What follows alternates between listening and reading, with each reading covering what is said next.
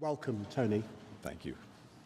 You've been a great support to me in my early weeks as Foreign Secretary, and I'm very grateful. I think we've spoken almost every other week since I took office. So it's a pleasure to welcome you here to London, and clearly we're meeting at a critical moment for securing a ceasefire in Gaza, with the shocking deaths in Khan Yunis this morning only reinforcing how desperately needed that ceasefire is, and a critical moment for supporting Ukraine as we enter the third winter of Putin's illegal war.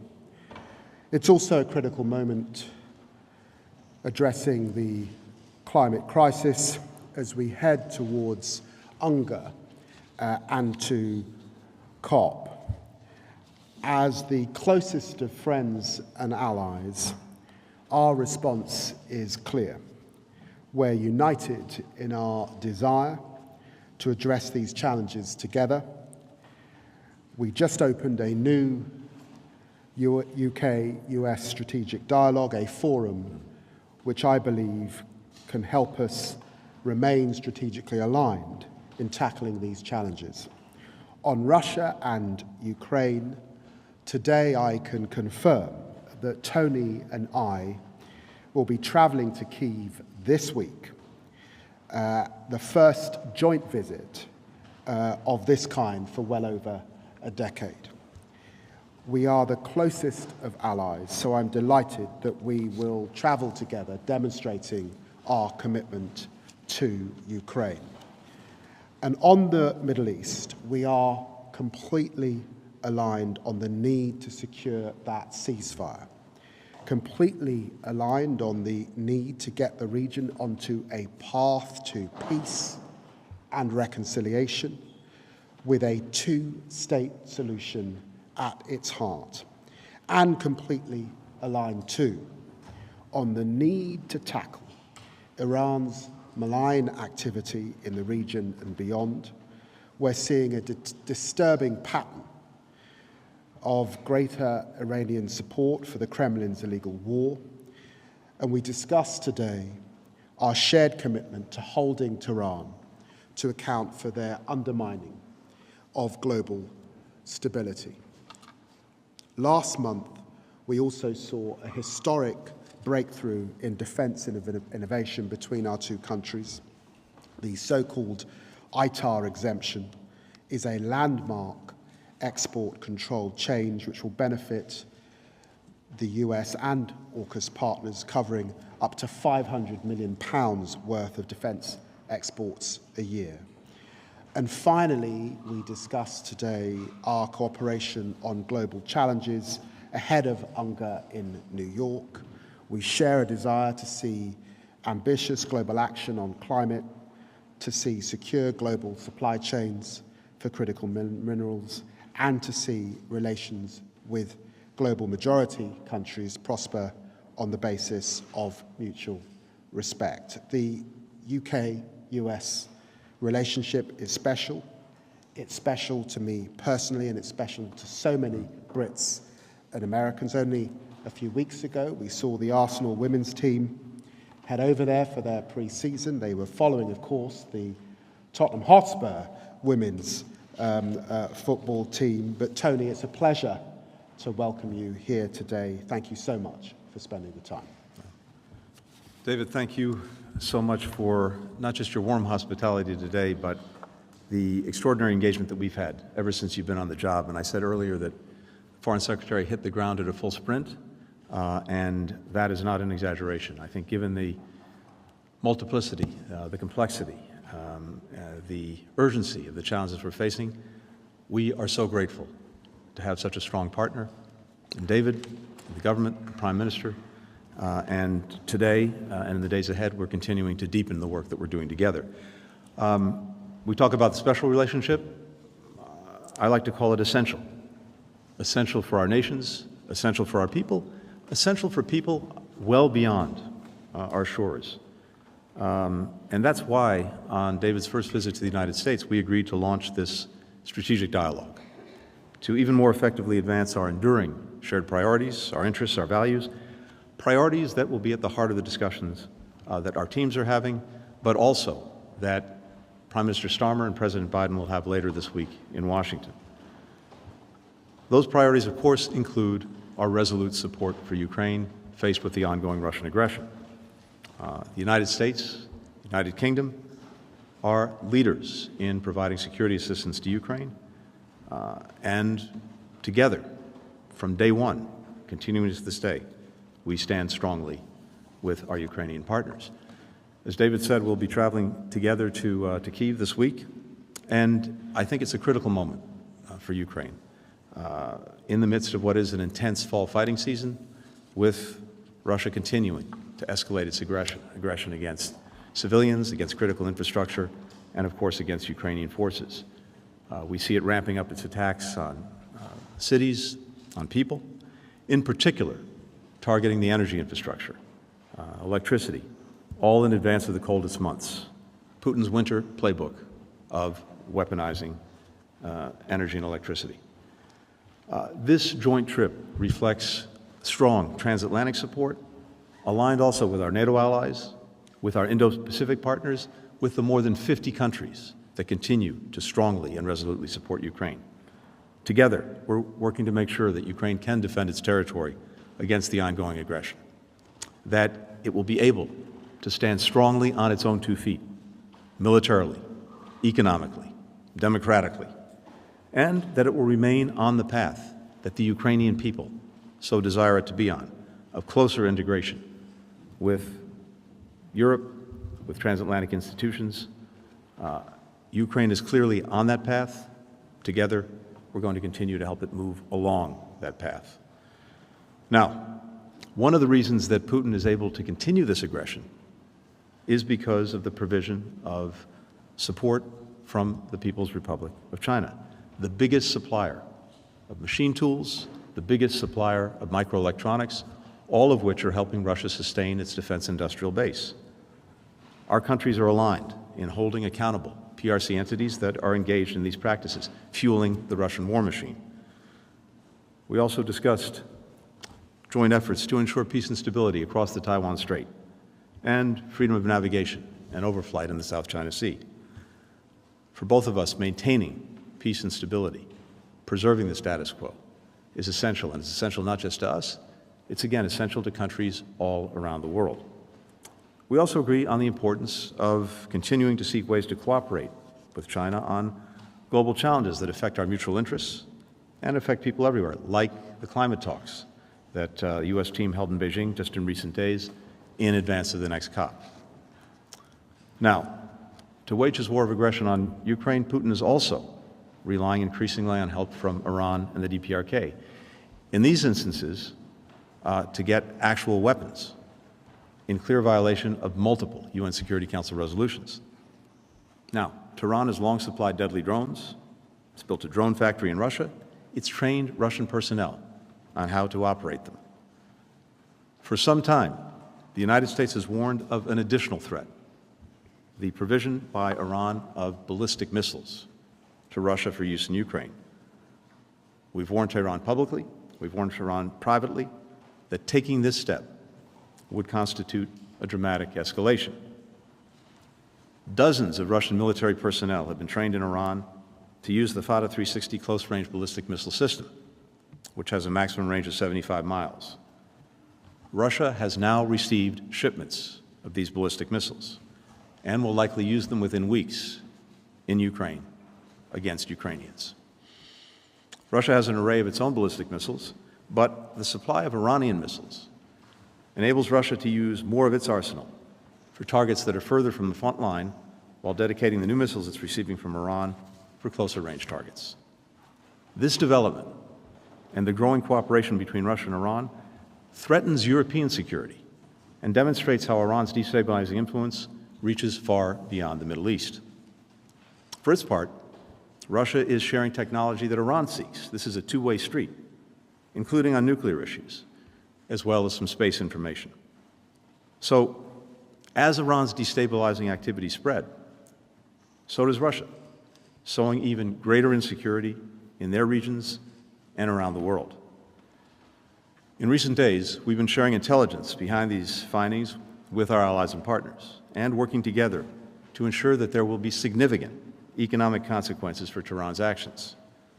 The United States will be announcing further sanctions on Iran later today, including additional measures on Iran Air. We expect allies and partners will be announcing their own new measures on Iran as well. Iran's new president and foreign minister have repeatedly said that they want to restore engagement with Europe. They want to receive sanctions relief. Destabilizing actions like these will achieve exactly the opposite.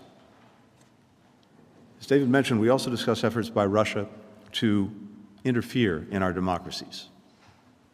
We agree that deepening cooperation with our partners in Europe to push back against the Kremlin's efforts to use disinformation and lies to polarize our societies, distort the public debate, that this work is essential. Finally, on Israel and Gaza, we talked today about our ongoing efforts to prevent the crisis in the Middle East from escalating further. Our nations helped Israel defend itself against an unprecedented attack from Iran a few months ago. We're prepared to act together to help Israel defend itself in the future. We're equally determined to end the conflict in Gaza as soon as possible. And the quickest way to do so remains bringing the ceasefire agreement over the finish line. It's the best way to get the hostages home, the best way to get a massive infusion of assistance for people who so desperately need it in Gaza. But we agreed that we cannot wait on a ceasefire in order to continue to do everything possible to get humanitarian assistance to those who need it. And you see what we're doing now with the vaccinations and the polio campaign to prevent a terrible outbreak of polio in Gaza. Let me just note in conclusion that we also talk more broadly, and our teams will be talking more broadly in the coming days about how we can strengthen the alliances that we're both a central part of, in particular NATO. We welcome Britain's new NATO First defense strategy, the Prime Minister's commitment to increase UK defense spending to 2.5%, and we're urging others to do the same, especially in light of the serious threats that we all face. We discuss continued trilateral cooperation with Australia through AUKUS, especially through nuclear-powered submarines. This reflects growing efforts to weave together allies in Europe and the Indo-Pacific, to build bridges between them, because what happens in one theater has an impact on the other. And more, our allies and partners in Europe, in the transatlantic theater, and in the Indo-Pacific theater recognize this and are acting on it. Finally, the Prime Minister and David have made it a top priority to reset relations with Europe, including seeking closer UK-Europe cooperation through a wide-ranging UK-EU security pact. We fully support these efforts. It's good for the UK, it's good for Europe, it's good for the United States, which benefits when our transatlantic allies are tied even more closely together. And I know when the President sees the Prime Minister on Friday, he'll also look forward to having a few words about Northern Ireland. We are very pleased at the commitment that Prime Minister Starmer and Secretary for Northern Ireland Ben are showing to the Good Friday Agreement, to supporting Northern Ireland's prosperity. And we share this goal and will work with all parties to sustain and advance the agreement. David's often said that Britain is always stronger when it works with others. So is the United States, especially when we work with our closest ally, the United Kingdom. I look forward to building on that strength and also spending a little bit of quality time with David as we make our way to Ukraine in the days ahead. Thank you. Now, first, Dominic Waghorn from Sky News. Thank you very much. Mr. Secretary, you've announced new sanctions today. We've had a lot of sanctions, and the war grinds on for, as you say, into a third winter. What the Ukrainians have said they want, and reportedly your British allies have also said this privately, is the freedom to use the long-range missiles that you're supplying them to do what they're designed to do, which is to hit targets deep in Russia to hit the source of those glide bombs and possibly the new missiles you're saying that supply of ballistic missiles could allow the Russians to now use. Has that time now come? And if not, why not? And what are you afraid of? Right.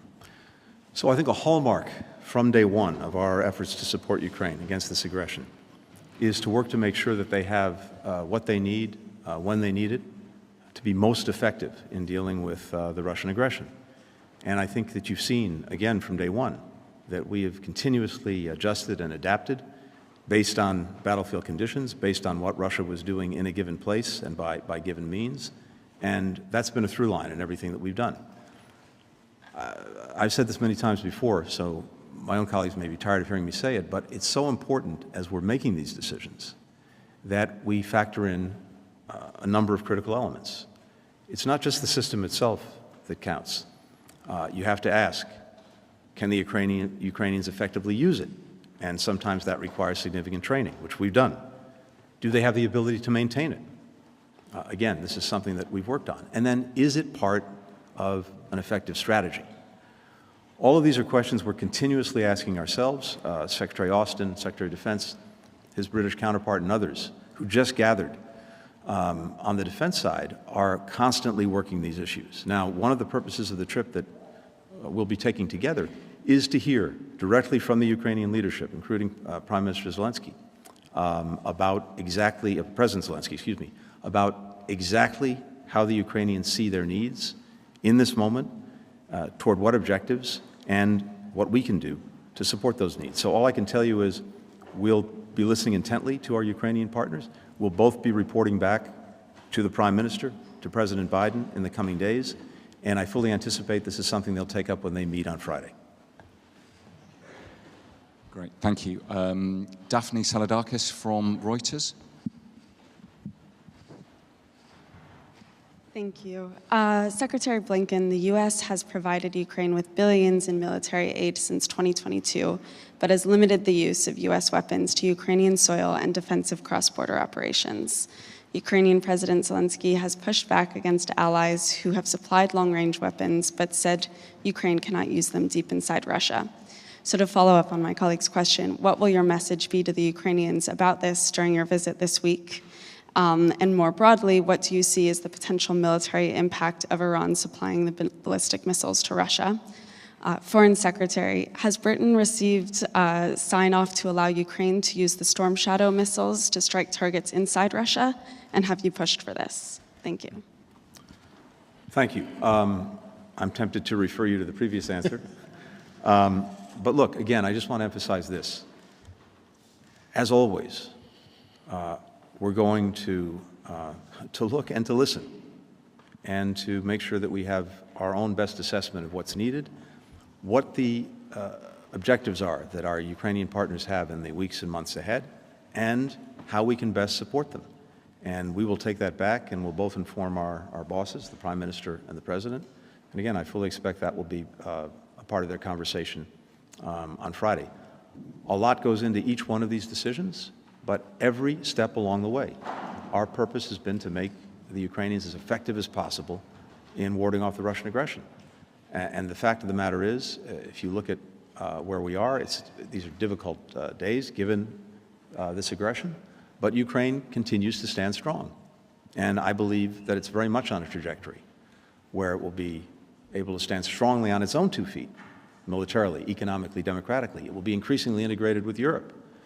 And Putin will continue to know a strategic failure in Ukraine, and the Ukrainians will know a strategic success in building a strong, vibrant country. But a lot more work has to go into making sure that happens, and we will be listening very intently on this and reporting back.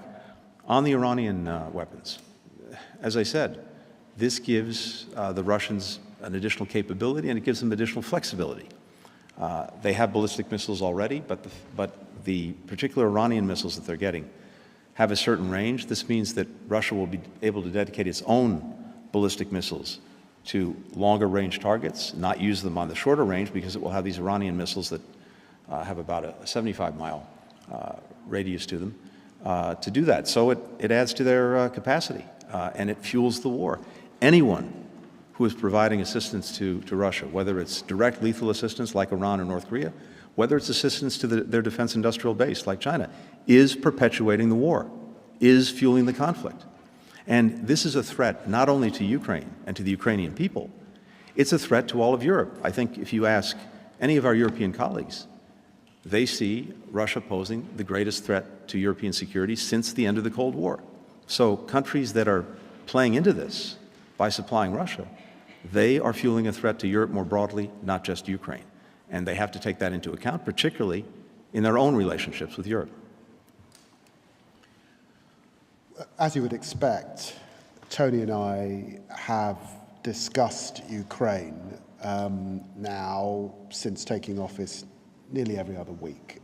We had a fruitful discussion today. It's hugely important. I said in my opening that this was a critical moment. It's hugely important that we're traveling together to hear from our Ukrainian counterparts and President Zelensky their assessment of the situation on the ground and their needs on the ground. It would, however, be quite wrong to comment on the detail of operational issues in a forum such as this, because the only person who could benefit is Putin. And we will do nothing to give him any advantage in his illegal invasion. On the transfer of ballistic missiles from Iran, this is a troubling pattern that we're seeing from Iran. It is definitely a significant escalation, and we are coordinating action, and we'll have more to say on that very shortly.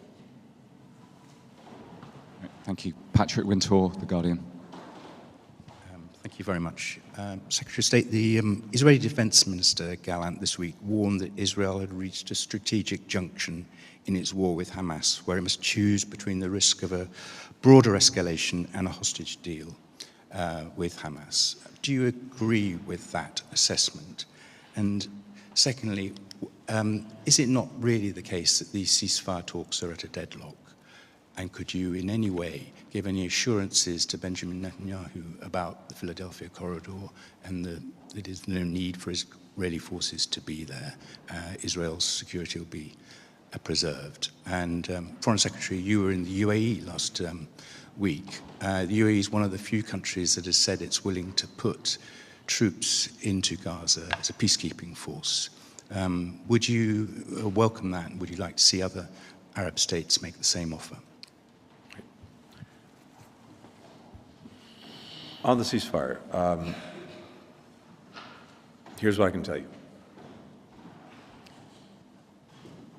More than 90% of the issues have been agreed, decided. So we're down to a handful of issues, not even a handful of issues, that are hard but fully resolvable in our judgment. And as we've said before, when you get down to the last 10%, the last 10 meters, those are almost by definition the hardest ground to cover. But we believe that these are fully resolvable. Right now, we're working intensely with our Egyptian and Qatari counterparts to work together to bridge any remaining gaps. And in the coming time, very soon, we'll put that before the parties, and we'll see what they say.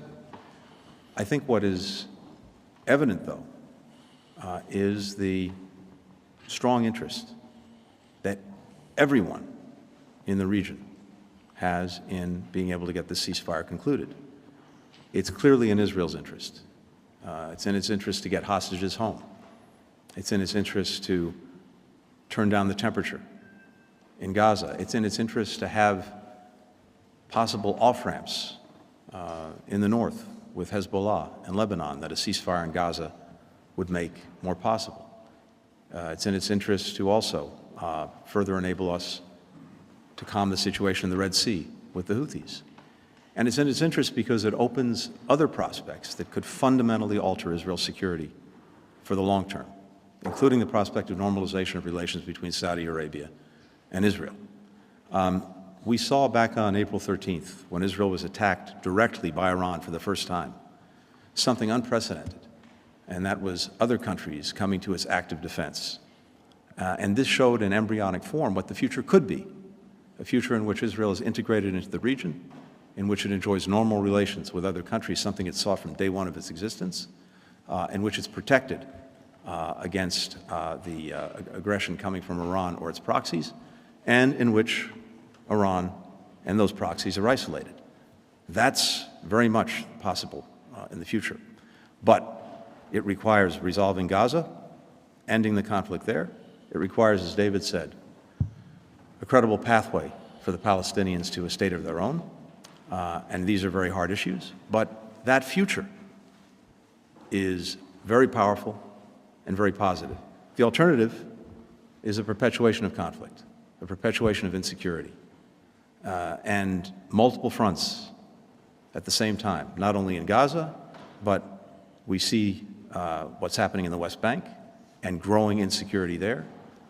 We see what's happening in the north and the possibility of conflict with Hezbollah and even broader conflict with Iran. From day one, our purpose has been not only to make sure that Israel can effectively ensure that October 7th never happens again, but also that the conflict doesn't spread. And we're intent on that. But the longer all of this goes on, the greater the risks of just that happening. So I think for Israel, clearly for the Palestinian people, and especially Palestinians in Gaza, who desperately need this conflict to be over so that they can get the help that they need and begin to rebuild their lives. For every country in the region, the interest is clear. I can't speak to what's in the mind of Mr. Sinwar and where his interests lie. He will have to make those judgments for himself. But we remain resolute in working to bring the ceasefire over the line because it would open up so many more positive prospects. And let's see where we are in the coming days. Could I just say, Patrick, that Tony's assessment that 90% of the deal is there is completely correct. And in the end, what you need are partners for peace. And that is now in the hands of Bibi Netanyahu and Sinwar to get us over the line and to take that deal that is on the table. And we've now been talking about that deal for weeks.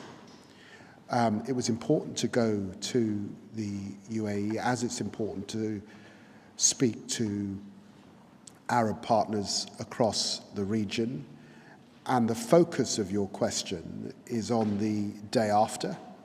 And clearly, it's on the security guarantees that are important for Israel to have. And Arab partners, and certainly the UAE, are showing some forward-leaning in their commitment to securing that. But what I think is absolutely essential, and they all say this, is that there has to be a pathway to two states. That has to be present, or they cannot give that commitment.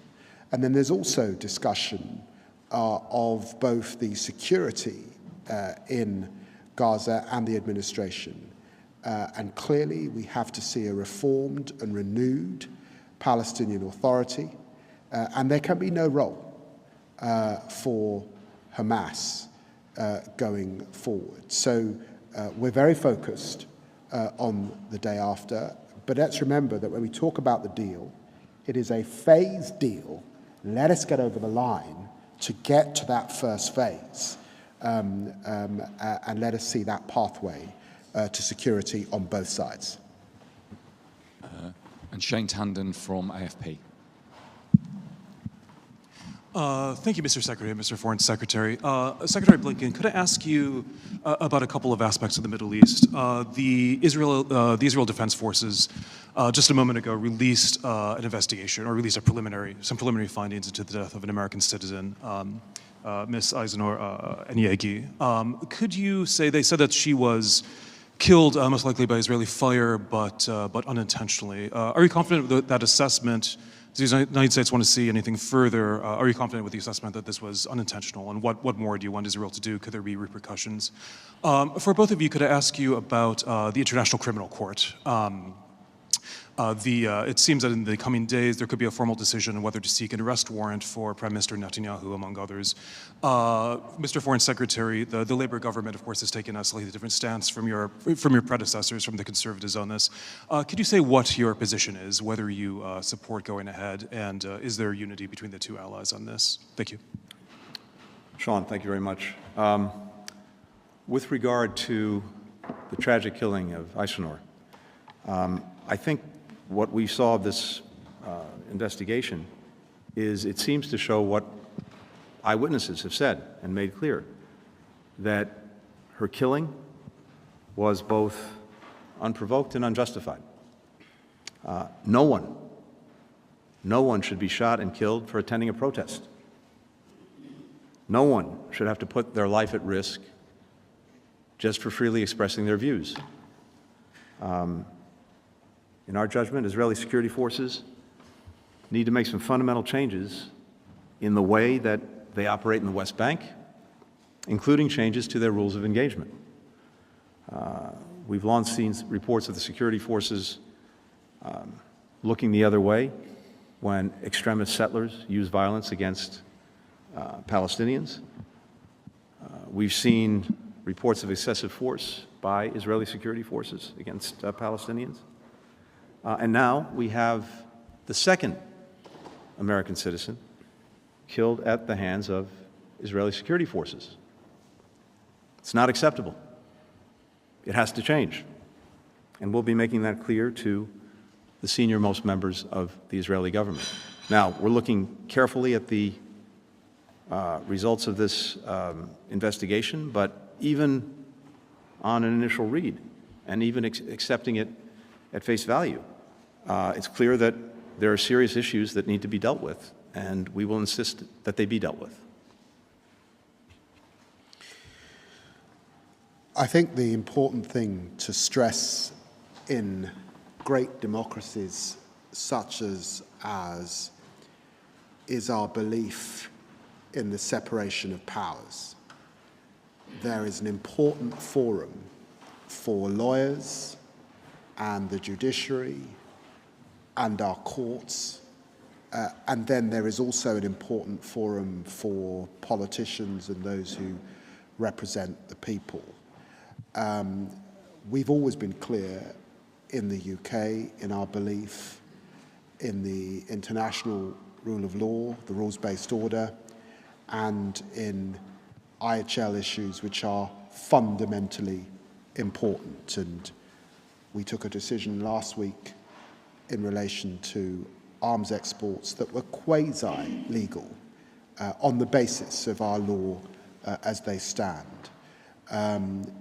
We believe in international law, we believe in the Statute of Rome, but these must be decisions for the international courts to determine. I don't want to comment on the assessment that they will reach. I qualified as a lawyer in part because of the great Harvard Law School, but I'm going to leave it to the lawyers to determine these very complex matters.